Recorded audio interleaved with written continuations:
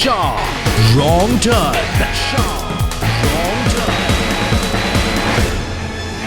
ගයාන් සංක මදු සනිදප සංගීත කණ්ඩායමේ ගායකෙක් අද රෝන් ටර්න් එක ටර්න් වෙන්නේ මෙයාගේ පැත්තට. මේකමනේ උඹ හින්දා වෙච්ච ඇදැති එකක් දෙකක් නොව පුස්කොල්ල පොතක් ලිව හැකි. ගයාන් සංක මදු කියන්නේ මොන වගේ චරිතයක්ද? කොයි වගේ චරිතයක්ද කියන්නේ ඉතින් මං ගැන මගෙන් මහත්ති මට ඒක කියන්න එකපාරට මමාරු වෙනවා. මම නම් ගොඩක් අහිංසක චරිතයක් කියලා තමයි මම හිතන්නේ. මට කීප දෙනෙක් එහෙම කියනවත් මට ඇහිලා තියෙනවා. ඇයි හදිස්සියෙන් වගේ බෑන්ඩ් එක මාරු කරේ? බෑන්ඩ් එක මාරු කරේ මම මේ අවුරුදු 4ක් විතර කාලයක් පර්පල් රේන්ජ් හිටිය සංගීත කණ්ඩායමේ. ඉතින් මාරු කරන්නේ අර ජීවිතයේ යම් යම් අවස්ථාවලදී ඉතින් එක තීරණ ගන්න වෙනවා. මොකද බෑන්ඩ් එකේ අයිනේ ඒ බෑන්ඩ් එකේ ඒ සහෝදරයෙක් කිසිම ප්‍රශ්නයක් වෙලාවත් කිසිම හේතුවක් නිසා නෙමෙයි. ඒක මගේ පෞද්ගලික හේතුවක් නිසා තමයි ආවේ. මොකද ඒ බෑන්ඩ් එක මම ඉන්නේ මේ ගම්පහ මේ පැත්තේ විත දකුණේ මාතර. ඉතින් මට යන එන කතන්දරේ ප්‍රශ්න තිබ්බ ගොඩක්. ඒ නිසා තමයි ඉතින් මම මේ තීරණය ගත්තේ අයිනේ. පර්පල් රේන්ජ් එකේ ඔයා ඉන්නකොට සේනක ඔයාට අඩු වෙන්නේ ගෙව්වේ නේ සංක? නෑ එහෙම වෙලා නෑ. මට මගේ වැඩේට හරියන්න සාධාරණ මුදලක් මට හම්බෙලා තියෙනවා. කිසිම එහෙම ගැටලුවක් වෙලා නෑ. සේන කරන් කියලා තිබ්බ කට්ටියත් වැඩි නිසා සංක මදු අයින් වෙච්ච එක නම් ලොකු දෙයක් කියලා. මම නම් හිතන්නේ සේනක මේ අයියා එහෙම කියයි කියලා. මොකද මම අයින් වෙද්දිත් එයා කිව්වා ඉතින් කල්පනා කරලා බලන්න. තව ඉන්නවා නම් එයා ගොඩක් කැමතියි කියලා. ඔයාගෙන් බලාපොරොත්තු වෙච්ච දේ ඉෂ්ට නොවුණු හින්දා ඉඳුනිල්ල ගත්තනේ ආයිමත්. මෙහෙමයි ඉඳුනිල්ල අන්දමාන ගන්න එහෙම වුණාද කියන එක මම කියන්න කන්නේ නැහැ. ඒත් මගෙන් කිසිම අඩුපාඩුවක් වුණාද කියලා මට තේරුණා. එහෙනම් ඉතින් මාව ඒ වෙලේ අයින් කරලා ගන්නවනේ. ඒතර ඉඳුනිල් කියන පර්පල් රේන්ජ් සංගීත කණ්ඩායමේ ඉඳලා එකක් තිබ්බා. මොකද එයාලා සංගීත කණ්ඩායමේ දාන්නේ ඉතිපත්තිය. ඒ නිසා වෙනකයි හිතන්නේ දැන් කණ්ඩායමේ ඉදිරි ගමනට ඉතින් අවශ්‍ය දේවල් නායකයෙක් හැටියට කරනවනේ. ඒ නිසා ආයේ තීරණය ගන්න ඇති. මොකද මේ අක්කීතු කියලා තිබ්බා ඉඳුනිල් ගම්මුමයි කියලා. ඒත් මම එන අවස්ථාවේ මට කවුරුත් මොකුත් කියලා නැහැ. හොඳයි කියන එක තමයි කියලා. හිරු මෙගා බ්ලාස්ට්ගේ ටීවී ෂෝස් තියෙන හින්දානේ. ඔයා ෂේප් එකේ සනිදප බෑන්ඩ් එකට රිංග ගත්තේ නේ සංක? Wrong turn. එහෙම එකක් නැහැ. සනිදප බෑන්ඩ් එකේ මේ තමන් එදා ඉඳලා ආසයි. ඉතින් මොකද අපේ ගමේ අපේ බෑන්ඩ් එක වගේ එක. ඒ කියන්නේ සනිදප සංගීත කණ්ඩායමේ ශිල්පීනුත් ඒ සහෝදරයොත් මාව දන්නවා. මමත් එයාලව එදා ඉඳලම දන්නවා. ඉතින් ඒ නිසා අනික මට යන එන ගමන් බිම්නුත් ගොඩක් ලේසි. පර්පල් රේන්ජ් වගේ නෙමෙයි. ඒ හේතුන් නිසා තමයි මේකට මේ හේතුව ඉතින්. අනිත් ඒ උලිත් කියන එක හොඳයි. ඉතින් සංගීත කණ්ඩායමක් ඇති. ඒ කියන්නේ ආ සනිදප බෑන්ඩ් එකට ආවේ ප්‍රසිද්ධිය නිසා නෙමෙයි. එහෙමද? නෑ ඒ ප්‍රසිද්ධියක් කියලානේ purple Range ඉතිත්තයි.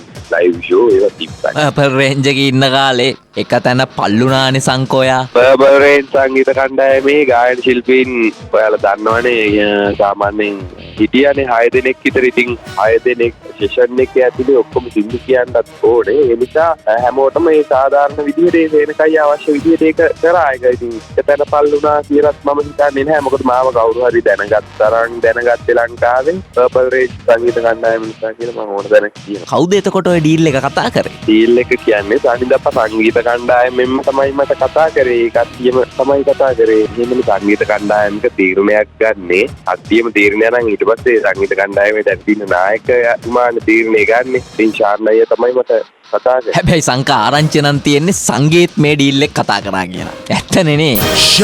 Wrong turn. Sangeeth අයියා ඒ මගේ ඥාති මගේ අයියා. එතකොට එයාට අනිවාර්යෙන් මේක යනවා. ඉතින් අයියා කෙලින්ම මාව ගන්න කියලා නැහැ.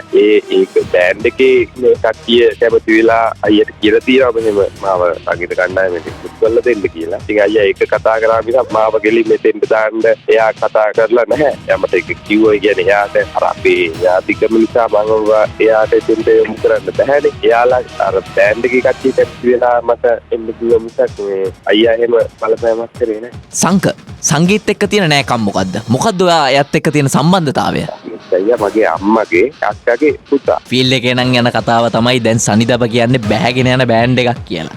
ඔයාට හිතෙයිද සංක ඔයා නැග්ගේ ගිලෙන නැවකට කියලා? දැන් මම නම් හිතන්නේ බහින කාලේ බෑන්ඩ් එකක් කියලා. මම දැන් මේ ටික කාලේ ෂෝස් වලට ගියාම මට තේරෙනවා ඉතින් එහෙම එකක් නෑ. ගොඩාක් ආදරය කරන අය සනිදප සංගීත කරන අය. සනිදපට වැඩිය පර්පල් රේන්ජ් වලට ෂෝස් තියෙනවනේ සංක.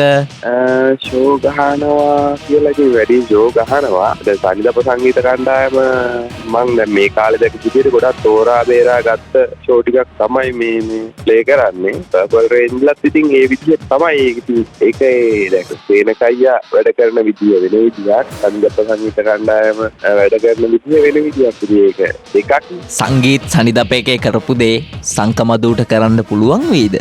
මට මෙහෙම සංගීත් අයියයි මමයි කියන්නේ නිකන් අහසයි පොළොවයි වගේ. ඒ නිසා එයා කරපු දේවල්ම මට කරන්න බෑ. මම යම් තාක් දුරට අර මට තියෙන ඒ හඩෙන් මේ ගීත ගායනා කරනවා. ඒ අරින්න ඉතින් මට ලොකු ඊට සමාන වෙන්නම කරන්න නම් මට කවදාවත් පුළුවන් වෙන්නේ නෑ. ඒ දැම්පේ යා මමත් මගේ ඥාතිකමට නෙමෙයි, මම ගොඩක් මේ ගරු කරන ආස කරන මම ඇත්තටම ආදරේම කරන ගායන ශිල්පියා ලංකාවේ. ඒ නිසා මිසක් ඥාතිකමටවත් එහෙම මේ ප්‍රශ්නේ මම ගොඩක් ආදරය කරන මම. සංගීත්ගේ වොයිස් එක තියෙන නිසානේ ඔයා ගොඩ යන්නේ සංක.